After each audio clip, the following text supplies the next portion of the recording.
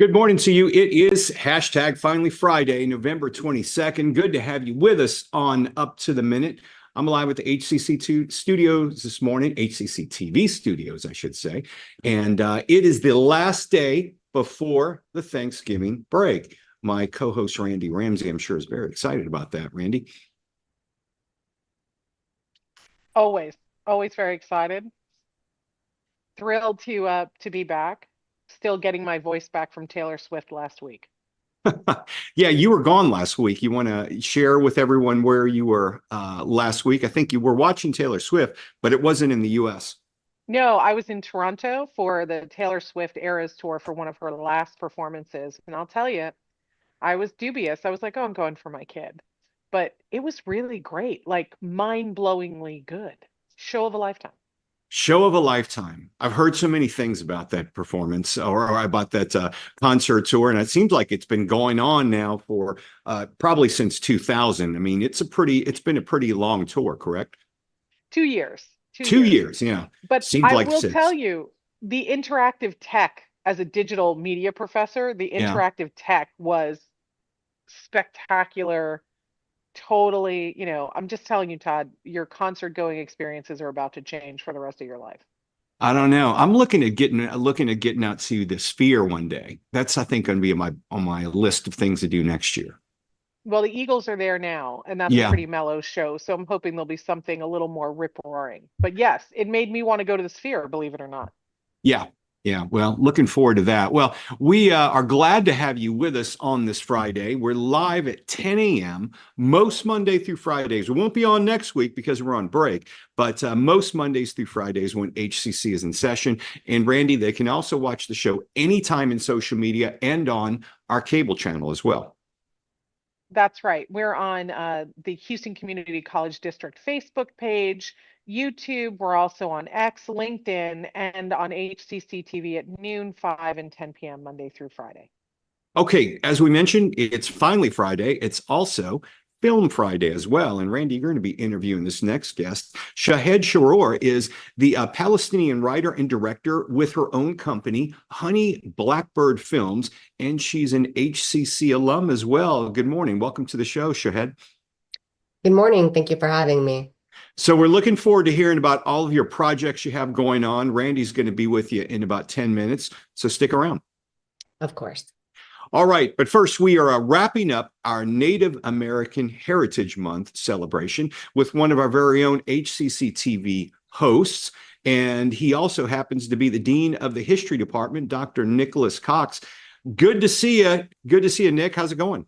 Hey, it's great to see you again, Todd. It's also nice to be on the guest side rather than the host side of the counter. That's right. You're usually on the host side, and today you're going to be talking about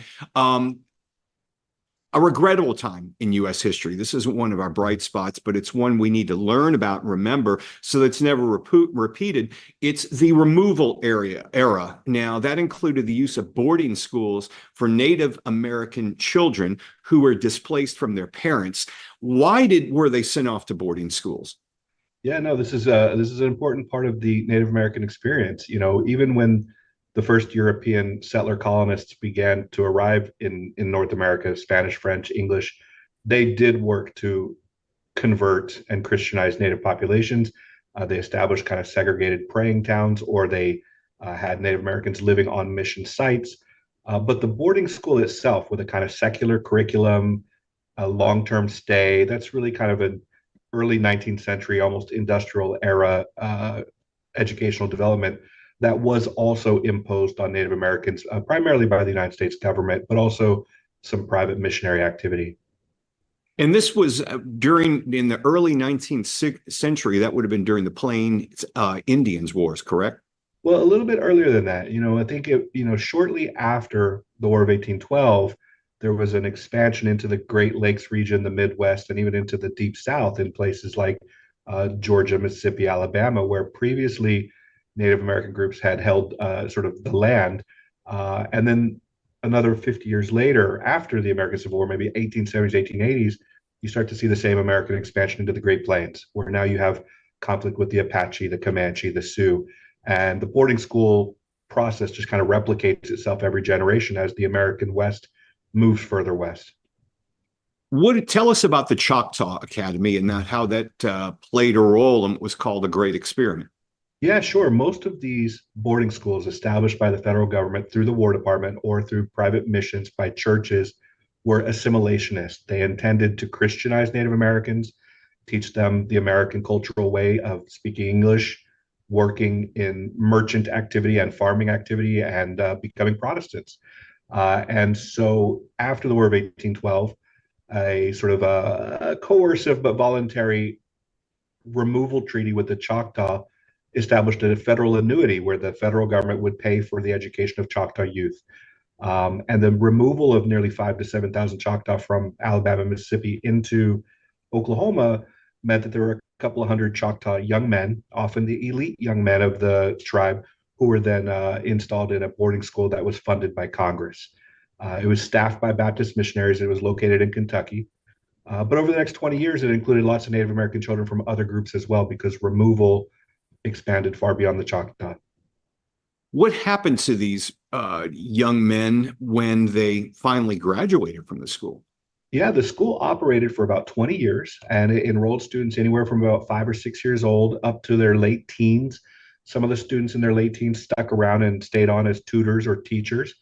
Many of them went back to Oklahoma, where their families had been relocated, and became industrial or commercial or political leaders. And at the middle of the 1840s, the federal annuity granted to the Choctaw for the school was actually relocated to Oklahoma, so the Choctaw could establish schools in Oklahoma instead of places like Alabama or Kentucky.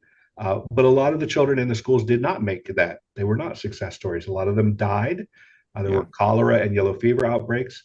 There were a lot of young men whose names were changed, religion was changed, language was changed, and they simply did not reunite with their families. There was a real rupture there generationally for many of the students who attended these schools. Tell us about the name Richard Mentor Johnson and how he was involved.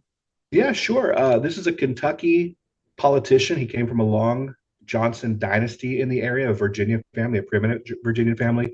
They had worked through Congress multi-generations to provision the U.S. military, providing support to expeditions up the Yellowstone River, military supplies to bases in St. Louis or Natchez.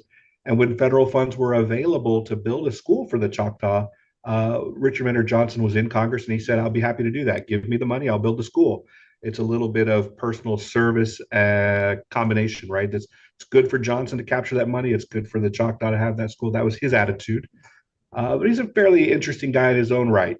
He had supported the War of 1812. He raised a cavalry unit. He fought in the war. He is credited with personally killing Native American resistance leader Tecumseh. And that made him a bit of a war hero in Congress, and he rode that fame all the way into the vice presidency.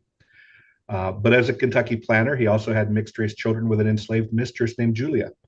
And his mixed race daughters and his mistress Julia all worked on the academy as teachers, administrators, and doing maintenance in the school. What happened to all these academies as time went by? Well, after the Plains Indians Wars, the number of the academies expanded rapidly, and a lot of them were also built in the East, like Carlisle, a very famous school in Pennsylvania. Throughout the 20th century, they were sites of intense, I would say, conflict between Native administrations and the federal government. But ultimately, in the 1970s, a series of congressional resolutions were passed to give greater autonomy to the Native American people. They took control of many of the schools. They closed many of the schools. But in the late 20th century, more than 200 of these schools still operated under federal control on the reservations. Well, that's what I was going to ask. These schools are still going on, or are they were going on until the end of till 2000? Are they still around now? I think there are about 30 or 40 schools that still exist on reservations, but they're no longer operated by the Federal Bureau of Indian Affairs. They're now operated by tribal authorities themselves. And I think the utility of an education and the boarding schools as a place of potential uplift when under Native American control, that's the preference. But 75-80% of these schools are gone. What was it like for the children that went through these schools? Well, generally when children arrived, they're detached from their families and their cultures. The schools often would Americanize them. They cut their hair, change their wardrobe, change their names, require them to speak English, breaking down cultural ties or trying to create a kind of common language between people of different native nations. And then ultimately, the goal was to send them back to their communities as American gentlemen who could then engage in kind of American enterprise and commerce and ranching or political leadership. That really does create a situation where these young people have a kind of split or a divide between the two cultures, and that can be very traumatic for them. Has there been apologies by institutions? I know it seems that President Biden apologized on behalf of the country, right? Yeah, that's right. In October, Joe Biden did issue a formal apology for these boarding schools on behalf of the United States government. And just before the show, we were talking about the other similar apologies that are coming from other institutions. And you know, these boarding schools often do have cemeteries attached to them. And the discovery of these cemeteries often brings the history of a particular institution or forgotten institution back into the public discourse. That's not just happening with Native American boarding schools, right? We've seen this with African American cemeteries, prison cemeteries, the Irish convents where unwed mothers lost their children or live. Canada particularly has been going through a lot of reckoning with their First Peoples Native American boarding school issues as well. There's a very prominent novel becoming a film about African American youth in a juvenile detention center, right? These kind of structures exist across cultures, across time, across continents. And often the people who are trapped in them are the most vulnerable and marginal. And even in death, they're not always treated with the dignity and respect that they deserve. As we said at the top of the segment, it's regrettable for the nation, but it's something we all need to learn from. Dr. Nicholas Cox is our interim dean at HCC's Liberal Arts and Humanities. You might see him on the air here, co-hosting the show as well. Good to see you, Nick. Thanks again. I'll be back on Monday, but next time I'll be asking questions. All right. We'll see you on December 2nd then. All right. Thank you. That's right. That's right. Thank you very much. All right. We're going to take a quick break. It is Film Friday, and Randy's got a special guest coming up. We'll be back in 60 seconds.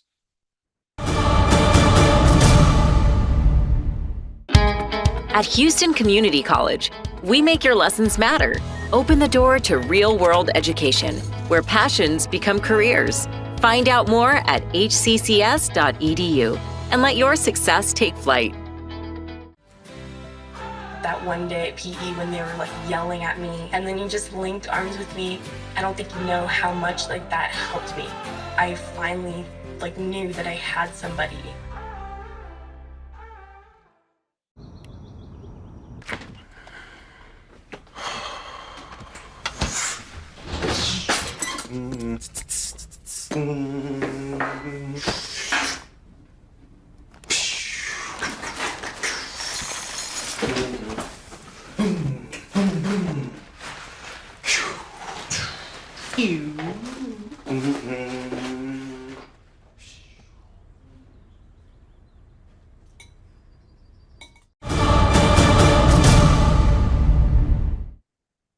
And we're back with Shahroor, Palestinian writer-director and owner of her own company, Honey Blackbird Film, and an HCC alumni, and one of my former students. I'm like such a proud mom. Anyway, welcome back, Shahd. You have so much going on. So what are we going to talk about first? But you know what, before we get into that, talk about your background first, because not everybody knows like I do. Thank you for having me, Randy. It's always great to see you, as always. And I'm like your biggest fan. You know, I'm your biggest fan. We need to have you over. You didn't get to come over last time. I did not. Shahd was hosting a lovely iftar dinner, and I didn't make it because my students had me running. No, it's okay. We usually have it well, we don't have it often, but we will have another one specifically just for you. Thank you. But I'm Shahd Shahroor, and yes, I am a writer, director, filmmaker here in Houston. And I have been in this field for professionally the last 2 years or so, but really I've been creating films since I was 8 years old. I've always had a camcorder in my hand, and the kids today don't know what those look like, but they little, little camcorder just running around and filming whatever I can. And but yeah, I was an HCC student I started in 2019. I did not complete it in 2 years. I did 3 years because I had a lot of health problems back then. So I was able to complete my HCC program in 2021. And it was an amazing experience. Some of it was during COVID, but we made it work. And I came out with a lot of memories and a lot of knowledge. So that is, and currently right now, just doing a whole bunch of film stuff, a lot of, I don't know if marketing, that part of the filmmaking world as well too. Right. I was just did a workshop with Kyle Henry about self-distribution. Mhm. Swamp hosted a workshop, and Kyle was talking about eventizing your movie, and it made me think of you because you're pretty good at it. But let me ask you a question. What makes this past year so different for you than other years? I want to say this year I have been the most, I don't even want to say active because I've always been active, but I've just had so many opportunities this year, like doors flying open that I haven't had before. Mostly because of the short films that I have been working on, the short films that I have released, which was Iman, which I spoke about last time, and a new one that I shot in January called Kufiya. So a lot of these events that we have been going to and I've been showcasing my films at have been, those two films specifically, Palestinian films, and bringing Palestinian awareness with everything that's been going on. So, I mean, there was this Palestine Arts Festival in the summer. That was also a pretty big thing. I didn't really want to do it because I had to act in it. I'm not an actress. I don't act, which my friend will like be like, no, but I am But not. you're And so yeah. dramatic. I am dramatic, but I'm not an actor. I would leave it to the professionals. I like directing. I don't, the acting part is fun, but it's also, it takes a lot. I do because I'm also a director, and my actor friends used to say, those who can act, those who can't direct. Oh, they A really little wanted shade. But to. hey, so Kufiya, by the way, let's talk about that because Okay. that was at the Swamp Emerging Artists Yes. screening, and it's a great short film. How are you feeling about it? Thank you so much. And I am very happy about it. It's something that should have been made. I'm very happy to have made it, of course. And it's a kind of film that you don't see often. You don't see a lot of Palestinian stories. Now that you actually do a lot more because of everything that's been happening.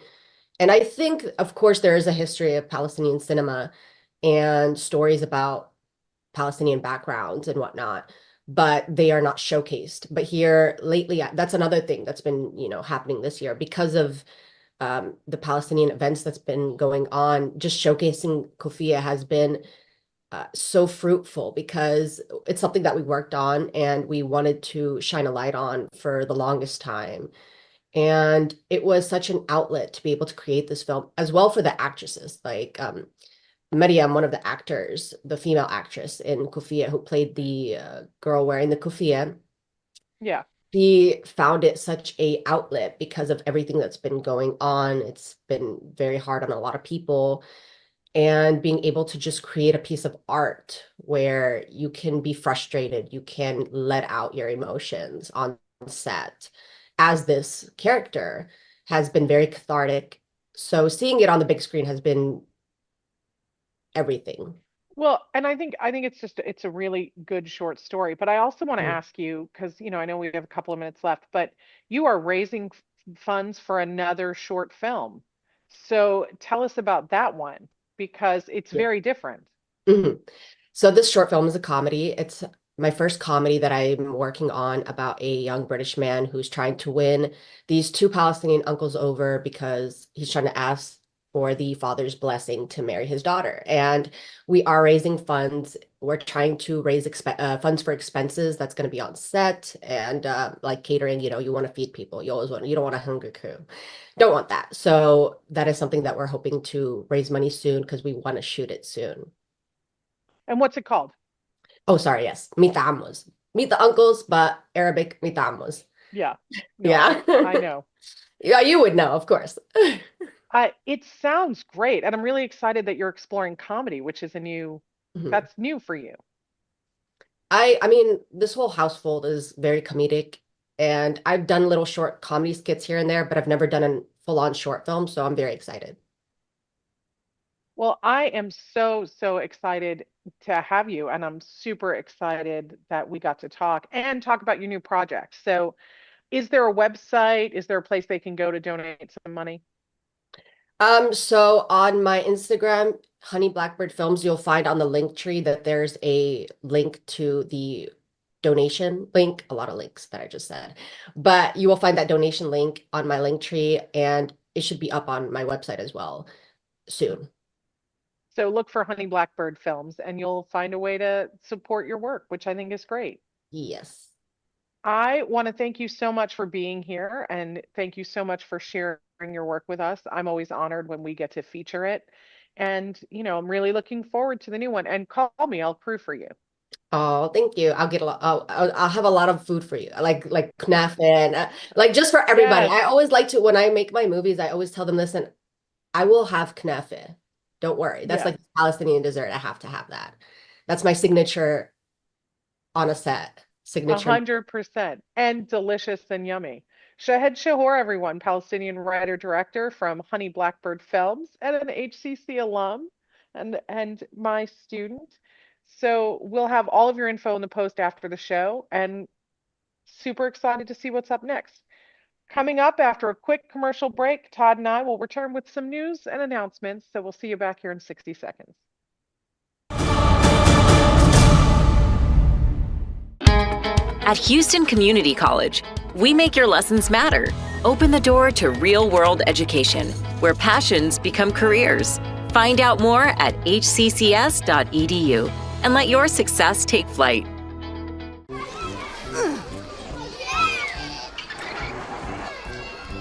If you love them enough to crawl into a play place to get them to come down, then surely you'll check nhtsa.gov/the right seat to make sure they're in the right car seat. Today I'm going to talk to you about physics. Come on in, girls. Let's go. This is the first rocket to get humans to Mars. Really tall. I'm a rocket structural engineer, designing and building parts of the rocket. You are the generation that will be stepping foot on Mars. Do I have a group of astronauts on my hands? Yes. You can become a rocket scientist or whatever else you want to be. Welcome back to Up to the Minute on this Friday. I'm Todd Duplantis. It is that time of year. Student juried exhibitions are happening. One of them at HCC Central. Exhibition and reception will celebrate students' works in printmaking, drawing, design, painting, and photography. The exhibition runs through December the 6th. It's at the Central Campus. It's free. Check our post after the show for more information. And if you like Edgar Allan Poe, we've got a free drama production for you here as well, Randy. That's right. Coming up tonight at 7:30 and 2 o'clock tomorrow on Saturday at the HCC Stafford Fine Arts Center. You can witness the dark imagination of Edgar Allan Poe when the HCC Drama Department's works from the Master of the Macabre are playing. It's free, but not recommended for children under the age of 12. So see our post after the show. So next week we're off. When we return on Tuesday, December the 3rd, there is an instrumental ensembles concert. It is free as well. Support the arts and enjoy an evening of beautiful music with special performances by HCC's ensemble and small jazz ensemble. 7:30 p.m. Tuesday, December the 3rd. It happens at HCC's Central Campus at the Heinen Theater. So check that out. More information in our post after the show. And Olaf's Wonderland, that's happening Wednesday, December the 4th. That's right. Student Life is presenting a winter celebration called Olaf's Wonderland. Students are encouraged to bring their families for the extravaganza of food, music, and fun for all ages. 5:30 to 7:30 p.m. Wednesday, December 4th at the HCC East Side Learning Hub. Check our post after the show. Sounds like a good time. Good time for all. Also, another good time. All next week, we're off here at HCC, so enjoy your Christmas break. Or Christmas, getting ahead of myself.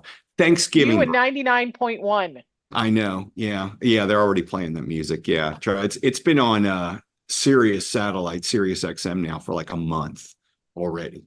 I haven't tuned into it. So anyway, Thanksgiving next week was a week from yesterday, I believe, something like that.